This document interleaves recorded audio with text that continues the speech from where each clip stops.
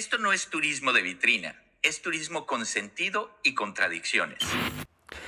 Y en estos momentos voy a pedir que tomes aire por la nariz, respires profundo, cierres tus ojos y sientas cómo entran estas pequeñas esferas verdes a tu cuerpo.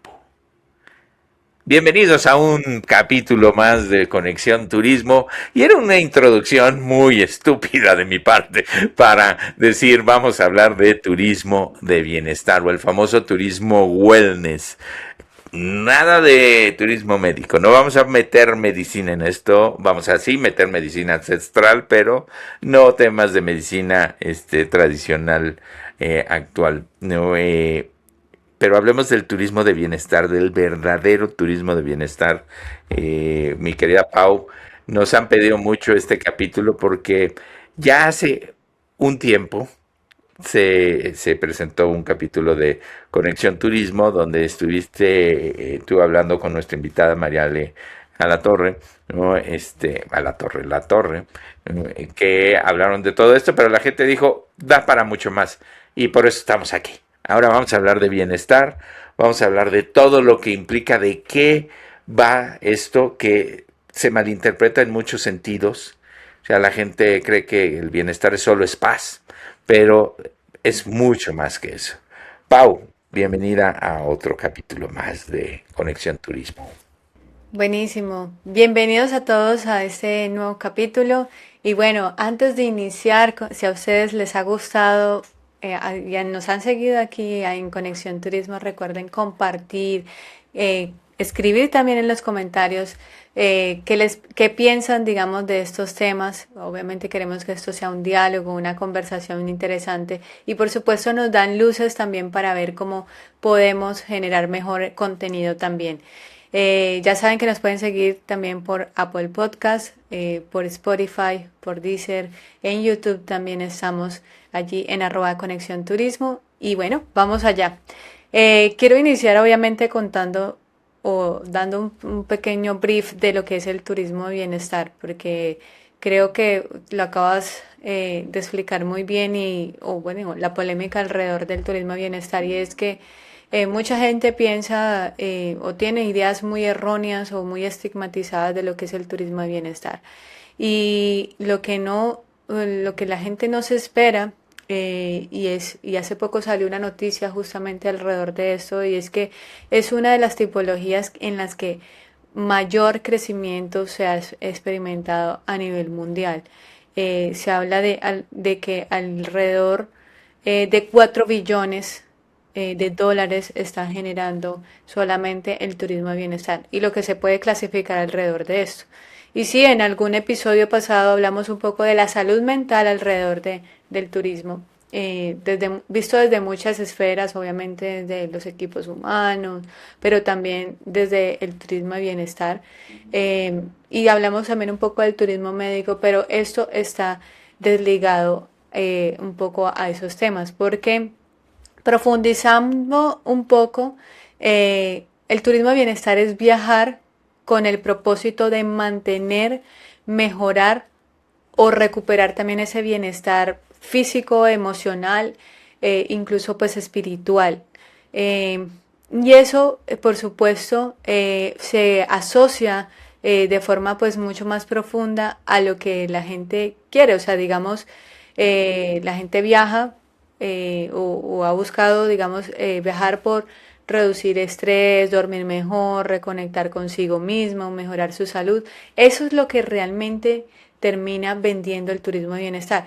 Y por supuesto, conectado a esto, va a haber muchísimas experiencias que estén ligadas a este tema, que nos ayuden a reducir el estrés, dormir mejor, sentirnos más felices, desconectarnos. Por ejemplo, por eso es que mucha gente los asocia, por ejemplo, con el yoga o con las prácticas espirituales, pero no es lo único. También vemos, obviamente, commodities como spas, termalismo haciendo turismo de bienestar, senderismo incluso, retiros, gastronomía saludable, todo el tema alrededor de esto también, el turismo médico que ya lo mencioné.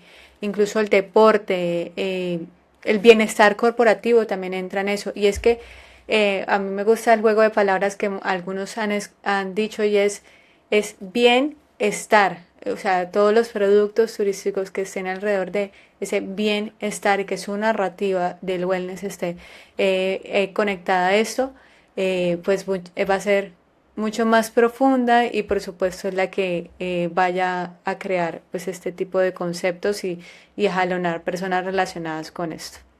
Mira, acabas de dar una amplia explicación alrededor de todo esto, pero a mí me gustaría ir un poquito primero con la polémica desatada alrededor de los spas. O sea, un viaje donde te van a consentir en un spa. A mí me encantan los spas. Yo soy feliz en un jacuzzi.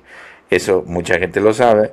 Pero al final, ¿eso es bienestar? Sí, claro, es estar bien, ¿no? Pero se ha intentado como comercializar como algo plástico, ¿no? Porque hay obviamente los románticos que hablan del bienestar al nivel de ese equilibrio entre mente, cuerpo y espíritu. Y entonces dicen, no, es que los spas es plástico y todo lo que tiene que ver con culturas ancestrales, con principios de el control corporal, la meditación, el esfuerzo alrededor de el sentir realmente estar en un destino, eso es bienestar. Cuando, como bien dices tú, si estoy tirado frente a la playa con un daiquiri en la mano, pues también estoy bien. También es bienestar, Ujú. o sea, o estar bien. Entonces, pero la polémica más grande me parece que es entre la gente que quiere mostrar todos estos conceptos o retiros de yoga, de meditación, de silencio, etcétera, etcétera, etcétera, con o contra los spas. ¿Cómo diferenciamos de entrada estas dos líneas que las dos son wellness al final del camino? ¿O por qué ese antagonismo tan marcado alrededor de los spas cuando pues finalmente los circuitos de agua te hacen muy bien? En Europa particularmente el concepto de los balnearios, estos centros donde hay aguas termales que que tienen propiedades medicinales y que la gente va a eso. Ourense es el referente a nivel mundial de todo este tipo de cosas y lo que tiene son spas.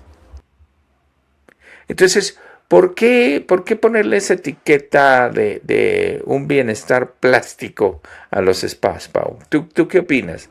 ¿Entendemos mal el concepto en Latinoamérica? Mm, es que sí, o sea, la mayoría de gente cuando piensa en turismo de bienestar puede irse directamente a una piscina de agua caliente, algo que tenga que ver con spa relacionado, pero creo que obedece a que fue el primer producto que pudiese ser fácil de comercializar. Por ejemplo, es mucho más sencillo vender, por supuesto, un masaje, círculo termal, un tratamiento facial, que incluso todavía se vende eso, pero el turismo, la propuesta del turismo de bienestar es que vende algo un poco más abstracto que es la paz mental, el equilibrio emocional, o sea, son cosas mucho más profundas que ahí es que tienen que ver o que propenden pues al bienestar, ¿sí? Incluso, por ejemplo, puede vender calidad de sueño. El otro día hablaba en uno de mis contenidos sobre el turismo del sueño, que hay gente que paga hasta $3.000 la noche simplemente por una experiencia de turismo de sueño, que es tener mejores almohadas, que te ayudan a regular el sueño, eh, y eso pues obviamente también propende a ese objetivo. Es que la clave, digamos, para diferenciar está en eso, está en eso abstracto que están vendiendo para mí.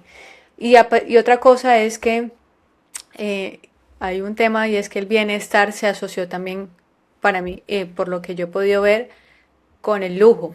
Y es que durante muchas décadas los espacios estuvieron siempre dentro de los hoteles de alta gama.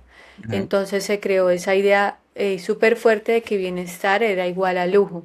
Y todavía muchos turistas o muchas personas piensan que el turismo de bienestar sí es algo pues muy exclusivo para esas personas que tienen mucho dinero y son las únicas que pueden pagar por ese bienestar.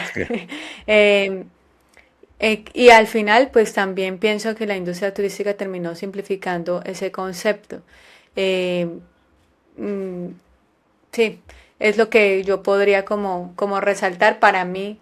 Esas son las razones por las que la gente todavía lo sigue asociando a los commodities de un spa. Claro, cuando al final del camino tú puedes hacer, como de hecho hay un producto que nosotros hemos eh, utilizado, ¿no? Allá por un pueblo mágico de Jalisco, en México, que se llama Tapalpa, ¿no? Este pueblo tiene el Valle de las Piedrotas, porque es un valle que tiene unas piedras enormes. Y bueno, ahí hicimos un producto turístico que se llama on the Rocks, ¿no? Es Yoga on the Rocks, que es simplemente una sesión de meditación en esas rocas enormes, maravillosas, y vamos, es muy sencillo, no es que implique una infraestructura, no estás dañando el medio ambiente, no estás cambiando el escenario, y no lo cobras caro, ¿okay? Porque es una sesión de yoga. Eso es bienestar, es un producto turístico de bienestar, de acceso fácil, accesible para la gente, pues lo puede pagar sin ningún problema. Entonces el bienestar no necesariamente debe estar ligado a que es algo caro o es algo costoso. Entonces, en ese Ujú. sentido, creo que ha servido mucho esta nueva tendencia a hacer productos turísticos de bienestar enfocados más en ese tipo de conceptos, ¿no? De sentir, hay caminos que se hacen para tener sentido, estos senderos en los bosques, ¿no? Estos senderos de luz, de recuperación, etcétera, etcétera, que hacemos y que no son costosos. Pero no podemos negar que inclusive hasta esas tendencias de retiros del silencio, de retiros de, no sé, ayurveda, de retiros de meditación, etcétera, etcétera, tienden a volverse costosos porque existe ese nicho de mercado. Entonces, ahí desafortunadamente creo yo, estamos perdiendo la oportunidad de darle bienestar a un mayor número de personas, que eso me parecería interesante. Pero también se contrapone contra el espíritu turístico. ¿Y Ujú. por qué? Porque cuánta gente está dispuesta a ir a un nuevo territorio para encerrarse en un espacio, para hacer un retiro de silencio y no conocer el destino. Mm, Uy, sí. ahí también entran esta contraposición entre lo que el turista quiere al descubrir nuevos territorios o el vivir una experiencia de bienestar. Y entonces cuando caes en ese escenario, ¿es turismo de bienestar o es una experiencia de bienestar en un destino lejano al mío que no llega a ser turismo? Y volvemos a Mm, esa confrontación de todas las tipologías del turismo. ¿Qué ujú. es? O sea, si es realmente turismo, pernoctas en el destino. ¿Conoces el destino? No necesariamente, porque te encierras. Es como ir a un all inclusive, ¿no? O Sí. sea, ¿vives experiencias de bienestar? Sí. Pero ¿conoces el territorio? No necesariamente. Ya te Mm. dejé ahí pensando, ¿verdad? Sí, sí, es la misma discusión que de pronto podría pensar no sé si has visto, seguro, mucha gente que vende turismo de bienestar eh, y lo confunde con una actividad. Por ejemplo, la gente que vende clases de yoga y ya cree que eso ya es un producto turístico de bienestar. Y aquí tenemos que irnos a la base de que es un producto turístico para poder entender cuáles son como esas tipologías o etiquetas que le pudiésemos dar a cada una y si está haciendo turismo de bienestar. porque en últimas, o sea, a mí lo que me deja pensando es cómo podemos reconocer realmente ese producto turístico de bienestar. Eh, y es lo que digo, no basta con que tengas pues el spa o que tengas la clase de yoga o que tengas naturaleza, una experiencia de naturaleza o la comida pues saludable, sino que esa experiencia, deberíamos preguntar si esa experiencia ayuda al viajero a sentirse mejor física, mental, emocional o espiritualmente. Y uno lo puede como reconocer por algunas señales, si tiene, por ejemplo, si el producto tiene esa intención clara como por ejemplo descanso, recuperación, desconexión. Por eso tomarse pues el daiquiri en la Ujú. playa pues no lo haría como tal un producto turístico de bienestar. Y ahí empiezas como a diferenciar. Eh, si la experiencia, por ejemplo, cuida el ritmo, no satura pues al viajero con demasiadas actividades, sino que hay pausas, tiempos de descanso y una sensación pues de no correr, también podemos detallar allí. También que diseña el entorno, sí, cuando ya diseñamos el entorno desde la luz, los aromas, las temperaturas, la comodidad, como hablaba ahorita con el ejemplo de turismo de sueño, que es una realidad, la seguridad o la privacidad, ya son cosas que hacen parte pues, del ambiente.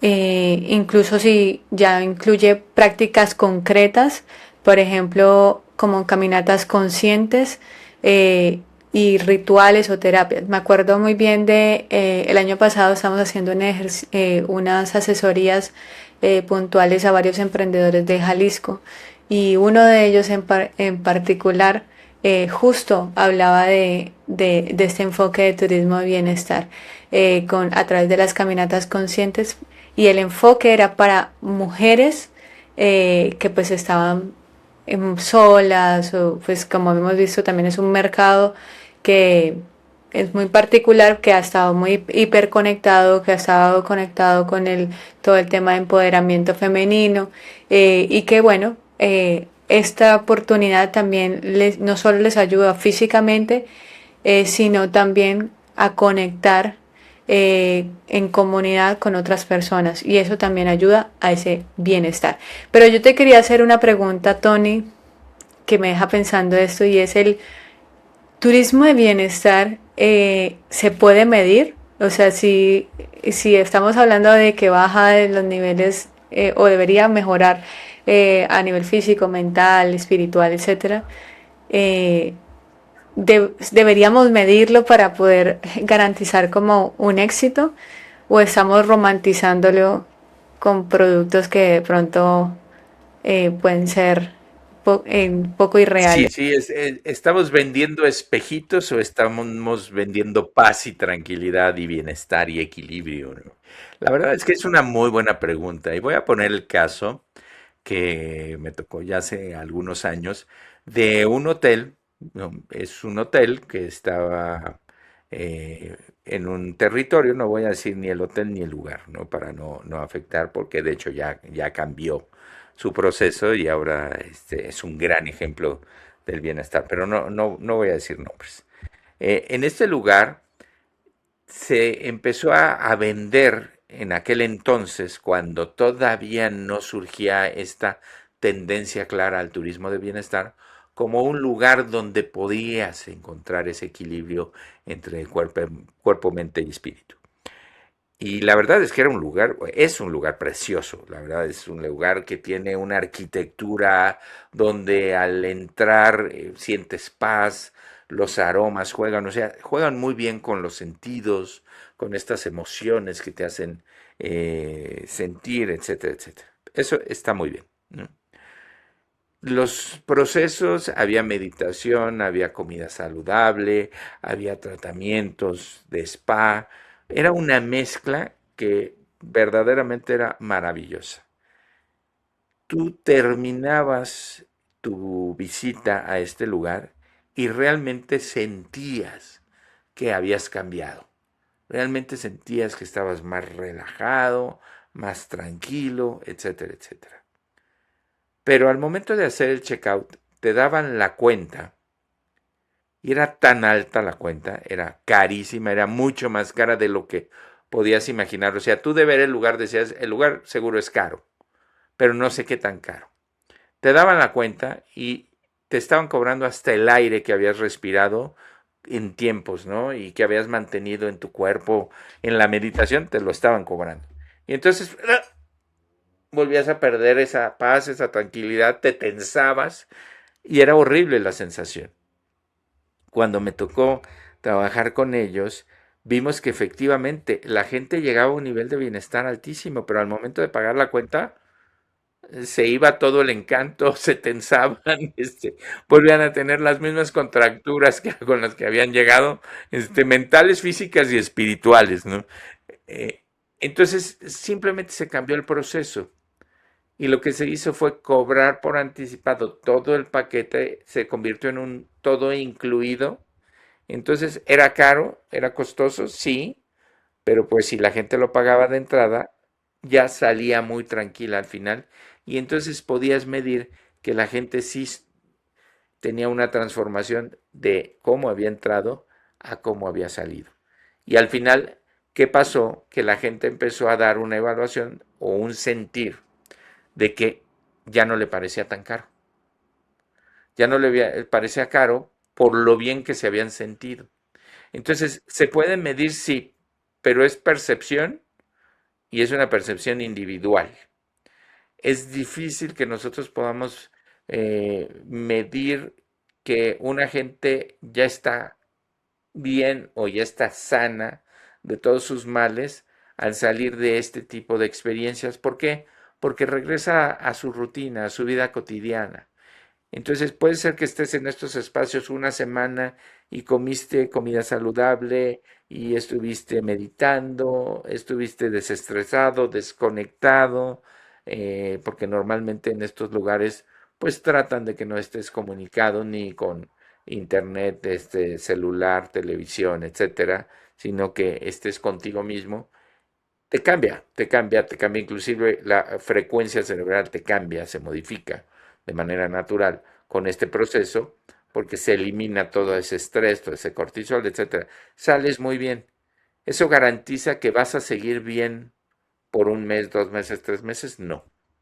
¿Por qué? Porque regresas a una vida cotidiana con una alimentación diferente, un contacto y una contaminación tecnológica muy importante, etcétera, etcétera, etcétera. Entonces, se puede medir la satisfacción, el gozo, sí, yo creo que sí.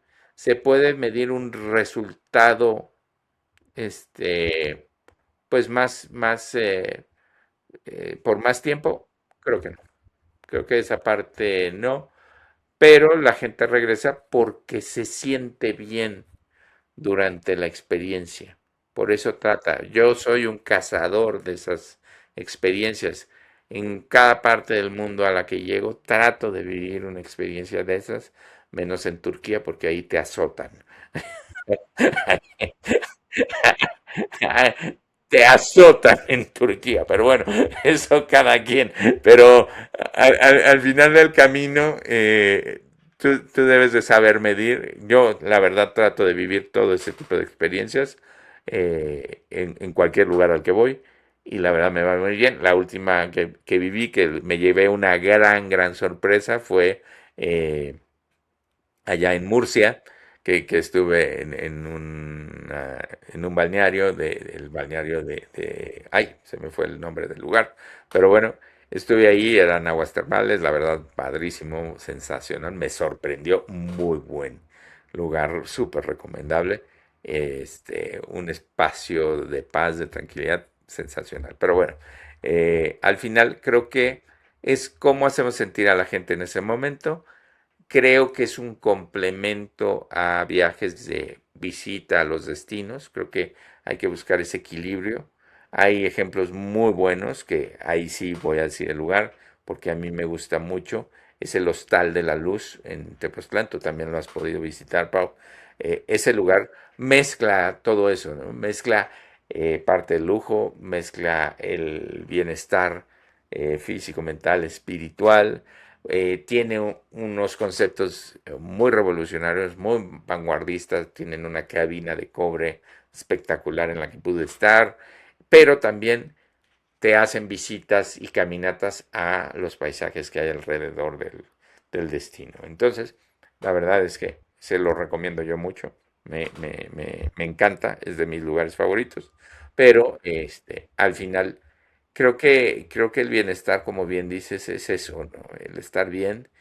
Sí, no es nada más un jacuzzi, estoy de acuerdo, pero creo que se puede hacer una mezcla muy interesante, una combinación como esta que les menciono y como muchas otras que son espectaculares, ¿no? Puerta del Hierro en el norte del país, en Tecate, en Baja California, pues está catalogado como uno de los mejores spas del mundo, ¿no? Entonces, no necesariamente el tema de spa quiere decir que solo tienen jacuzzis y masajes, sino que hay mucho más. Y en Europa es algo que va más hacia la parte medicinal, ¿no? De las propiedades medicinales de las aguas, que sí son muy, muy interesante todo lo que se procesa allá. Si no, visiten Uruense y van a ver de lo que estoy hablando. Ujú. Yo me quedé pensando sobre una idea que mencionaste hace un rato y era si, o bueno, no la mencionaste tal cual así, pero sí hacía alusión a eso y era si, ¿será que el turismo de bienestar está siendo un poco elitista? ¿O debería ser un turismo de bienestar para todos si estamos hablando de estar bien? Eh, y eso obviamente pues lo mencionabas ahorita de si eso lo podría, si eso y se podría hacer de forma pues sostenible o rentable porque definitivamente para que todos lo pudiesen hacer pues obviamente sería muy complejo. Ya podríamos estar hablando de turismo social, que eso ya es otra esfera, que amerita otro capítulo. Eh, y uno se puede pensar uno puede pensar si el turismo de bienestar es bienestar vendido como privilegio. eh, y creo que hay como una tensión principal ahí, es que sí es verdad que el bienestar debería ser para todos, pero no todo producto de bienestar puede ser barato, por lo mismo que ofrece. Porque hacerlo bien, pues obviamente implica pues esos costos reales que están asociados a esto, y no hablo solo obviamente de la guianza, sino también de todo lo que implica de los espacios seguros, de la misma capacidad de carga, de la calidad que va relacionada con esto. Eh, y me gustaría saber qué piensa la gente sobre esto, sobre qué comenta o qué piensa, si realmente pues es elitista o no lo es, o es para privilegiados o no es, o uno habla pues del privilegio como dicen. Eh, y bueno, creo que es una forma de lujo, porque sí, el lujo no significa necesariamente al material o algo tangible, ¿no? O riqueza tangible, sino que también tiene que ver con el lujo de poder darte un espacio para poder pensar sobre tus temas o sobre calmar la mente o meditar. Eso también hace parte del lujo. Y creo que hay experiencias o productos turísticos, ya mencionaba Yoga on the Rocks, como un ejemplo que se ha hecho pues desde Incubatur, pero hay muchos ejemplos que podemos ver en el mundo, por ejemplo los famosos baños de bosque, que también la infraestructura está ahí y digamos lo que a lo mejor entra a ser el producto turístico es facilitarte toda la estructura y las capacidades para que puedas estar ahí o las cosas que requieres para poder estar ahí y para orientar también esa experiencia para que sea de una forma más clara o más profunda para ti a nivel pues ya interno. Yo creo que los destinos también pueden de pronto buscar democratizar ese bienestar creando ya no necesariamente relacionado con el turismo, pero sí con infraestructura para el turismo como espacios que sean públicos de calidad, como los senderos seguros, las playas limpias, que eso creo que es para cualquier ciudadano. Pero el producto turístico, digamos, se entiende que no. no creo que se debería clasificar como ese privilegio o esa, como esa diferenciación allí, y que sea pues elitista, sino que también puede ser eh, algo que pueda ser más responsable con lo que se quiere dar. No sé qué piensas tú, Tony, cómo democratizamos pues el bienestar sin convertirlo en otro producto masivo que termine dañando un lugar o que prometa sanar y no lo Mira, crea. yo creo que hay que entender un poco la mentalidad de los mercados. ¿Y a qué voy? Voy a hacer un análisis muy sencillo, muy rápido. Tenemos el mercado europeo que está acostumbrado a estos espacios, a estos balnearios donde hay aguas termales que tienen propiedades medicinales y la gente va ahí, va de manera muy marcada, o sea, se llenan estos lugares y pueden disfrutar de todo eso. Y tienen muy bien separado la parte donde accede la mayoría de las personas y el costo es accesible, y la parte donde ya hay una serie de propuestas, de ofertas, de productos mucho más costosos y elitistas, si tú quieres. Son para algunas clases, no para todos. Pero esto es muy común. O sea, tú vas, por ejemplo, no sé, a un Budapest o vas a Rumania, en fin.